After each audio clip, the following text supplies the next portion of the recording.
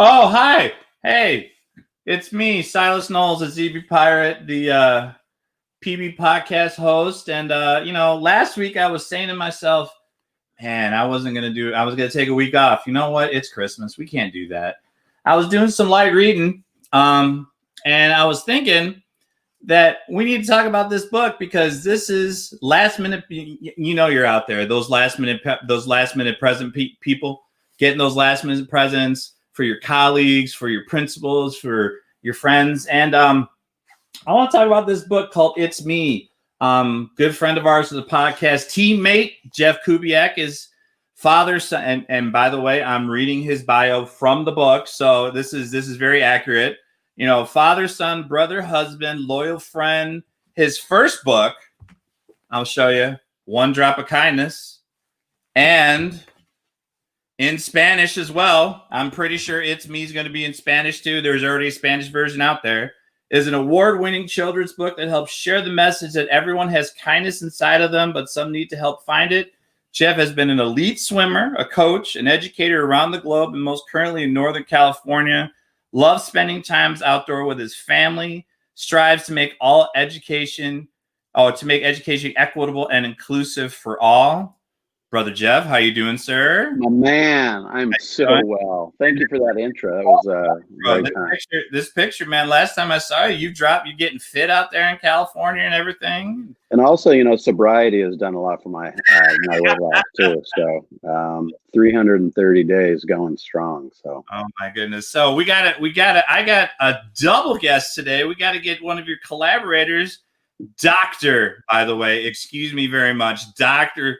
Basil Marin, currently an assistant principal at Chamblee Charter High School in Atlanta, Georgia. Previous roles include alternative special education, classroom teacher, lead behavioral specialist. His current role is in charge of leading the school improvement process, Title I implementation, increasing family engagement, communication with ELL parents and students. You'll often find him presenting at conferences, speaking to his passions such as equity, social emotional learning, whole child approaches to education. Dr. Marin recently graduated from an educator leadership program at Old Dominion University. Dr. Marin looks forward to connecting with like-minded individuals who are also passionate about disrupting the status quo. My God. Hey, good to see you all. What's up, Doc? What's up? 5 minutes, man. I got that was long, man. And wait, Kubiak, wait a minute. His lead-in is longer than yours, and you're the author. What's up with that? He's my hero, man. I mean, he's front and center on the cover too, man. Look at that. Look at that handsome mug. The first story of the book is from our doctor friend. So, guys, California, Atlanta. First, it's the week of Christmas. How y'all doing? Man, I'm excited to be here. I'm rested, shaved, rested, ready to go. Mr. Kubiak, 330 days of sobriety. We're COVID and it's Christmas break. And now I know you guys are both administrators and everything else. Are you guys still busy? I mean, are you guys off, or is there meetings galore, or what's going on for administrators during this time of Christmas break? Well, I just hopped onto a new district, so I'll actually be starting a position January 4th as a vice principal of an elementary school in Elk Grove, which is in the Sacramento area. So, yeah, thank you. So they actually have break through the 11th. My school gets a 3-week holiday break. Okay, I secretly hate you. I'm sorry, I just secretly hate you. I have to go back and forth, but yeah. Yeah, thanks for being secret about it. I'll secret. Yeah, because us lonely high school teachers, we only get 2 weeks off. So what are you gonna do? And Dr. What about you, babe? How about you? What you off right now? You working? Yeah, so I'm off. And so that's a great feeling to relax. But I think I'm also trying to use this time to kind of just do some self-reflection and think about next steps for 2021. I'm definitely starting to gear up for potentially interviewing for a principalship for my own building, which is exciting, as well as some potential LLC work and trying to create my own company in the new year. So trying to get some of those things off the ground. And sometimes you got to do that stuff in your personal time. So I'm off, but I'm still working, if that makes sense. We're always working. We're always learning. God, it's just, I mean, I know Jeff's been in the game for a while. How long you been in education, Dr. Marin? How long you been in education? Yeah, this is my 10th year, so I've been going into my 10th year. Nice. I'm in 8. I'm in 8. Jeff's in what? 100, 200? No, I'm kidding. 180. Chill, don't do that, man. Yeah, gray hairs are showing. Yeah, I mean, I got some gray going too, but what are you going to do? So let's talk about this book. By the way, ladies and gentlemen, if you hear us or see us on Facebook Live and everything else, It's Me is on Amazon and is on Mr. Kubiak, JeffKubiak.com, I believe is correct, right, Kubiak? Yes, sir. Yes, it is on there. On Amazon, as of right now, as of 12:14 Central Standard Time, if you order this paperback version, it will get to you before Christmas. Yes, it will. You need that last minute copy. You need something. Now, if you look at the book, it's not about the quality or the quantity. It's about the quality of what's inside. Now, if you look at it and just paging through, we have multiple stories from now. First things first, guys, you tell me, who is this book aimed for? Who's this book for?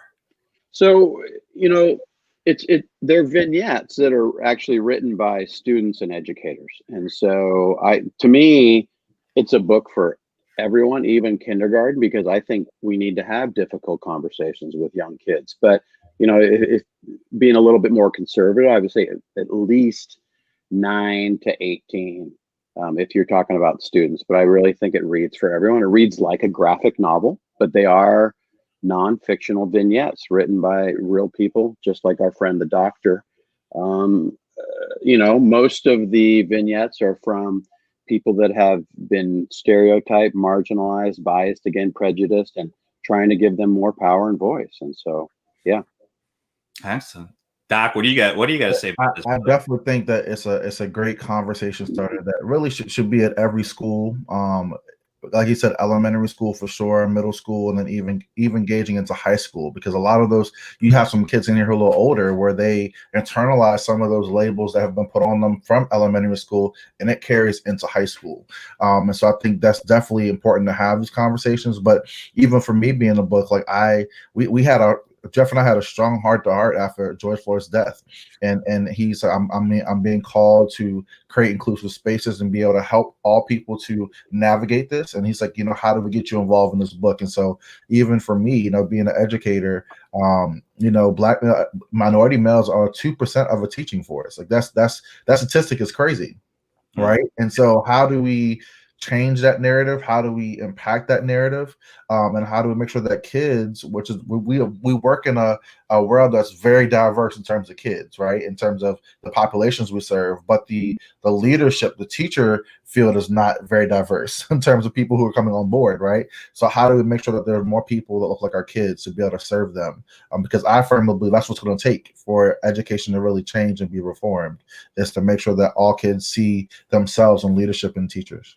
Definitely. I mean, my high school, I talked about it on this podcast before. We have a Hispanic superintendent, Caucasian principal, but we have one of the assistant principals who's African-American. Mm-hmm. And then we look at the staff, and then we're trying to be equitable with the staff.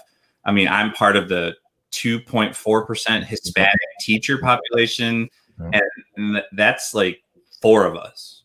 It's like, if we were in a community that was 4 of us, it's like we're supposed to and the majority of our high school is Hispanic. Like it's a 60%, 65% Hispanic rate of students. So it's just like, why don't we have more Hispanic teachers?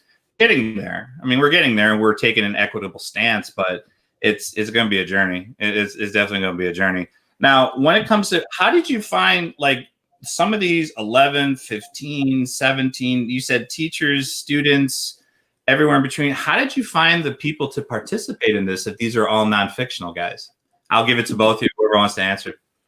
Just to talk. I mean, just talking and asking. I'm blessed. So there's a lovely friend. Her name is Melanie Korach, and so Melanie is just an incredible person who started kind of a hashtag Starfish Club. She's a poet and she's a teacher, and she's in the last page. But Melanie's daughter, Brianna did the illustrations, and Brianna just graduated high school. She's now in her first year at university. They're both Canadian. And so it's through contacts too. My 2 kids are in it, my son Braden and my daughter McKenna. They're in the book. And Q Taylor, she's a Vietnamese educator in Southern California. Mia Walsh, who is one of my favorite humans in the world. She identifies as LGBTQ, and she came in and just asking other students that I saw who may have needed a little push of empowerment or some extra superpowers. You know, everyone has their own identifications, and just having conversations with them and going through some of the experiences. Excellent. Now, when it comes to the book and everything else, and I'll go to you on this one. How important is this book to social emotional learning in the schools? I mean, I know that's going to be a tag word for you, and I'm ready for your answer. But how important is something like this for an educator to have to impact their social emotional learning in their classroom? Man, Silas, I'm thinking about you and I, right? And we talked about we're part of the 2%. Like, how impactful would it have been to come up and had a book like this in our library, or our teacher had it in the class, like to see someone looks like you, right, on the cover? How impactful would that have been, right? And you know, when everyone, right, everyone has a slight bit of prejudice in them, where you go into a room, you look for someone who looks like you. Right. And so in education, how many schools, Silas, across the nation where we don't even see the posters on the wall that look like our kids? Right. And you just see these figures, and kids walk through and don't see themselves and say, like, oh, that person's great, but like, I'm not the right skin color, or I'm not them, so it will never happen to me. Right. And so making sure that we provide spaces that are inclusive. This book is so powerful because it will be able to, like I said, open up the gap in terms of having those strong conversations, right? And if you're having feelings where you're LGBTQ2, or you're trying to understand, like, hey, does my skin matter, right? You're trying to understand that, hey, I'm wearing the head covering, the hijab, and I don't feel like people want to be around me. There's so many emotions and feelings and labels that Jeff talks about in this book that kids and adults go through every day. Right. There are going to be many adults who read this book and cry and say, oh my God, like, I've had these built up feelings for the last 10, 15, 20 years. I've never dealt with it. Right. And now I have a kid. And so how do we unpack that and really have a place? Like, you'll have the line up top. It says, let's ditch the prejudice labels and embrace our human race for its diversity, inclusivity. You have equity and also individuality as we deserve. Like, that's so huge. Right. Equity impacts everyone. Being inclusive impacts everyone. Diversity impacts everyone. And even for me, last thing I'll say, when I go to schools where they're predominantly Caucasian, like, I go sometimes to that school and they'll say, oh, well, we don't have equity issue here. Yes, you do. Because these are the kids who are going to leave here who have these great education, that are going to be mayors and political people, and they're going to be able to impact other people along the way, be MDs. And so those are exactly the places where you got to stand in the gap and say, hey, this is what diversity looks like. Even though you might not see it when you go off to college, different things, like, you're going to encounter it. So let's open up that world for you now. So that's so huge. I know both you guys are big, strong advocates for equity and social emotional learning and things like that. And I'll leave it to either one of you to answer this next question. I mean, going into those, I mean, even being in Chicago, I do have the highly diverse schools, but I do have the highly Caucasian schools around me with like 1% of that one half Asian in the corner or whatever, or that one Black person or whatever. You know, what would you guys tell those administrators or help those superintendents to gain more equity in their schools? Go ahead, talk about that first, because I appreciate your view. Then I'll come in as the kind of the white privileged viewpoint, because I think it's a lot different. So I'd say by starting to have that conversation, Silas, like, again, it's about opening the book and just reading the vignettes, right? And then asking kids or having teacher-led conversations and saying, when you read that story, how did it make you feel? One of the most powerful things, we wonder why Lifetime is such a cable network that's still around and does well, right, financially. And it's because in a Lifetime movie, you go through so much emotions in that movie, right? You've laughed, you've cried, you're happy again, and hopefully it has a good ending, right? But you're not moved to do something until you have emotion tied to it. Right. It's just like if someone in a movie has cancer, like, yeah, you're moved, but then as soon as you take the power off TV, it's not part of you anymore. right? I can't turn off my blackness. I can't go into Walmart or go into Target and say, okay, I don't want to be black right now. Let's go incognito mode and just, I want to live a life that's just without judgment. I can't do that, right? And so how do we help kids who have those challenges, or a kid in a wheelchair that who people look at them differently or have sympathy for them all the time, but they just want to be seen as normal? Like, how do you have those conversations? And so there's so much things as it relates to gender, race, identity that can be unpacked, Silas, in this book, that any superintendent, any principal, any division can start to have those conversations and saying, hey kids, how do we empower your voice to be able to say, hey, enough's enough, and I do matter, we matter, right? And you should not be judged by how you look, by how you talk, by what you identify as, but just see me. The title says it itself, it's me. Just see me for me, right? And when you see me, we see my black skin and speak about my vignette, you should know that that is a strength. It shouldn't be seen as a weakness. But that's trying to undo, Silas, 400 years, 400 years. I'm 400 years of oppression, right? I had to correct myself. I'm sorry. 400 years of oppression. That's hard. But you have to start somewhere, right? And I think the eyes and ears of the world are opened up in a whole different demeanor in a way now that it may not have been open before. Us seeing George Floyd's death, you all, on TV or social media, let's be clear, that's not new. That's not new. My dad watched the Rodney King riots happen. And even when the George Floyd stuff happened, and I was telling kids in virtual learning, they're like shy. I'm like, there was this thing called Rodney King, and we were all watching LA burn down and everything else, and we were watching all this stuff happen. So this is stuff that's happened all the time. And going off what you were saying before, the one thing I'm struggling with at my school is that I'm surrounded by teachers, not all, some, a very select few, that these kids aren't going to succeed. These kids aren't going to, why are we even trying? These kids aren't. And I'm just like, are you kidding? I'm like, I'm in a spot where I'm not tenured yet, so I'm not going to really open my mouth and say something. I'm going to, keep my head low until I get to a point where I can.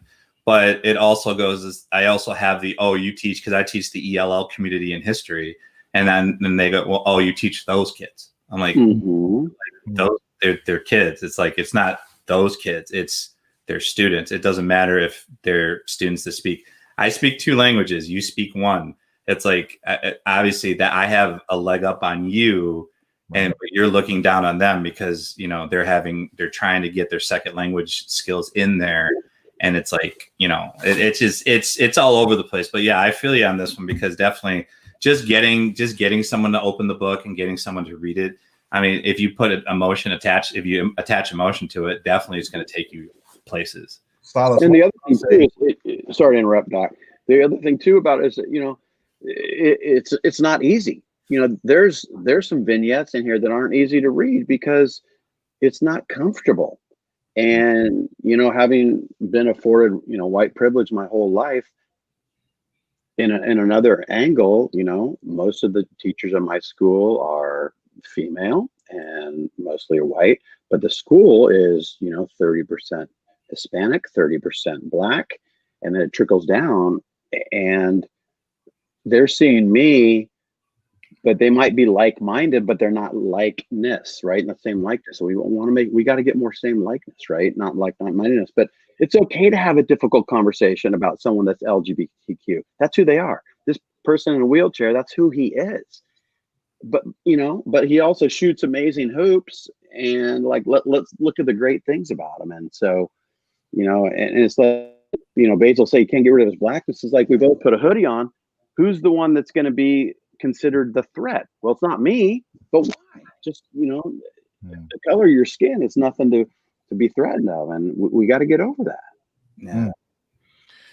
Wow.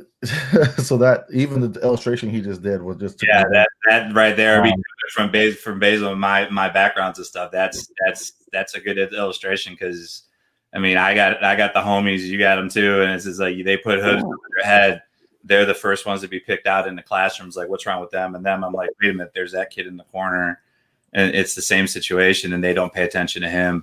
And it's that preconceived ideas, those preconceived judgments, and I don't know. It's just, I hope we get to a point where we get past all of this and we have more things like this come, where it will open people's eyes and actually make people talk about it. Because again, when it's uncomfortable, things change. As I guess where the comfort is where people won't change, but it becomes uncomfortable, people will start to change and people will start to move along with it. So it's just, I don't know. Is there now, Mr. Kubiak? There's a Spanish version of this? Because I know there's. There is not yet. We have Maria who did a vignette in both languages, but I'm thinking it will be coming. I got to talk to my wonderful publisher Sarah. But yeah, there's our friend who did hers in English and Spanish. So very good. Very good. So what are you guys doing over Christmas? I mean, just to come off the book a little bit, what are you guys doing over Christmas, or besides sleeping, hopefully, and recharging for the 2021 year? Chilling with my fam. I got a wonderful 16-year-old girl and a 12-year-old boy, and I have my mom that she's alone now for the holidays since Dad passed. Just distantly hanging with them, and because this is the time that we get to actually have time in the day to spend with each other. So that's important to me. Definitely. Same, I say being with family, man. I always say, it's funny that Jeff is drinking out of a cup right now, or mug, but I always say you can't pour from an empty cup. And so much has been taken from all of us, right? Since March. I know you all have heard about the research about ACEs, the adverse childhood experiences, but I think my kind of spin on that right now is adverse COVID experiences. I mean, everyone's been affected, from superintendent all the way down to parents, down to students, down to parents, especially parents right now. We gotta reboot, and we know that our work will be cut out for us when we come back, in 2021. And I tell a lot of my friends right now, you think about, I've never experienced a hurricane, but when you're in it, you're kind of like, man, there's a lot going on. We still haven't. It's not till after the hurricane is blown through that you kind of see, like, oh my God, here's the damage. And we're not even at that point yet, where we're like, here's the damage. How do we rebuild? We're not even there yet. So just trying to get our mind right and trying to figure out what exactly do we do, because we got to rebuild a system. And one thing I was going to say earlier was, we got to have these courageous conversations, and it is uncomfortable. It is uncomfortable. But really, I will also say this, Silas and Jeff, that silence is not an option, because silence speaks volumes. Oh yeah.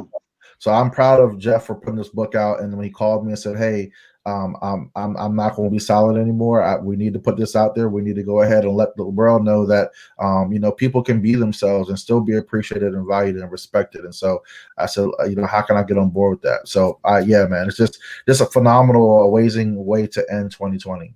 Now, out of curiosity, Jeff, we talked, and by the way, congratulations on being the first repeat guest of the PB podcast. You are the number one repeat guest.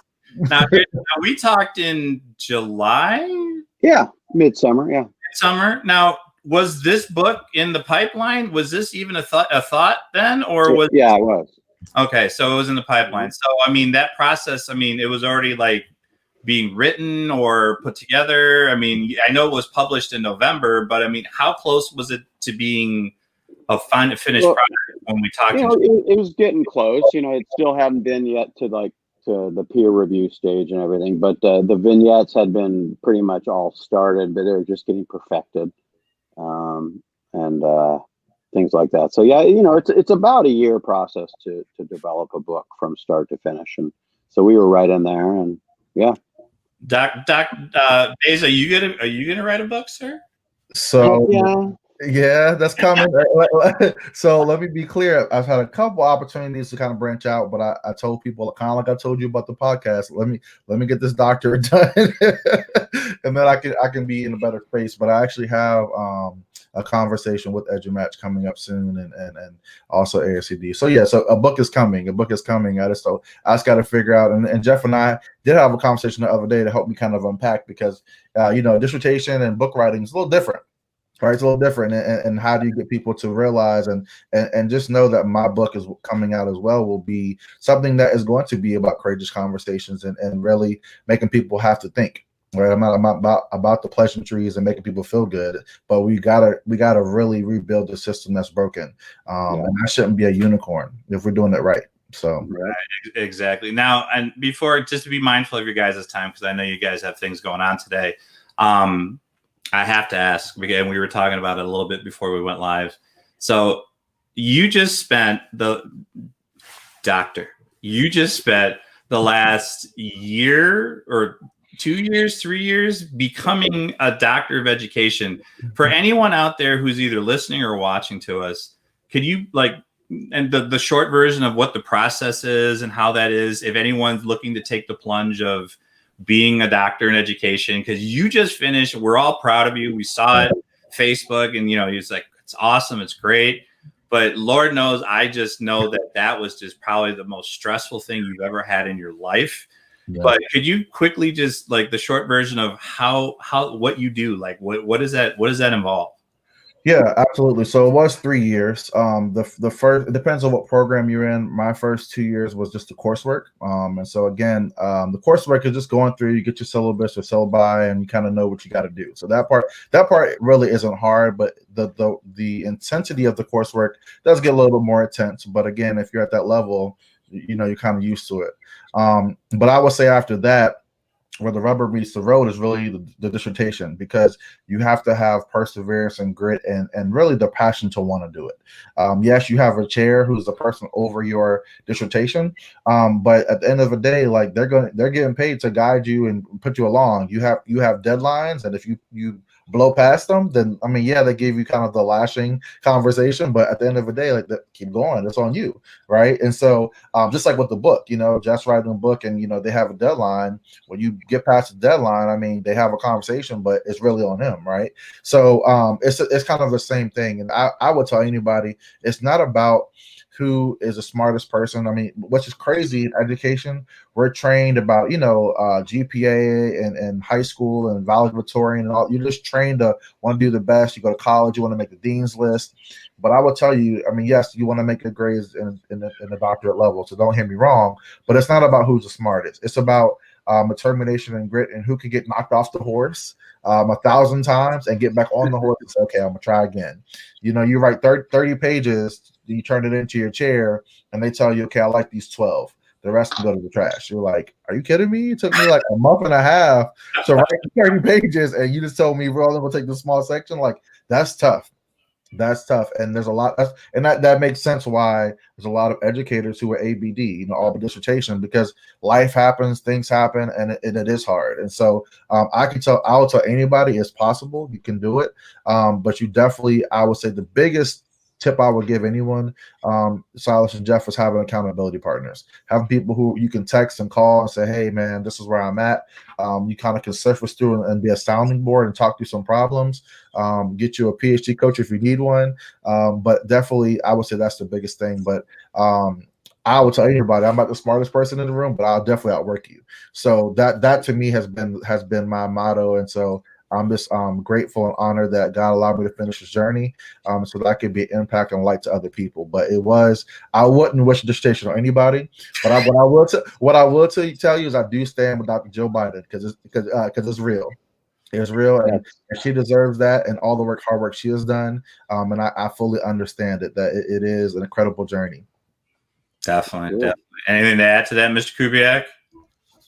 No, I love watching this guy work, and he's an inspiration for everyone. And if anyone with an ed doctorate can use the word doctor, I don't care. It doesn't bother me. They deserve it, and no one else's business anyway. Are you saying that Dr. Jeffrey Kubiak does not have a good ring to it? It won't happen.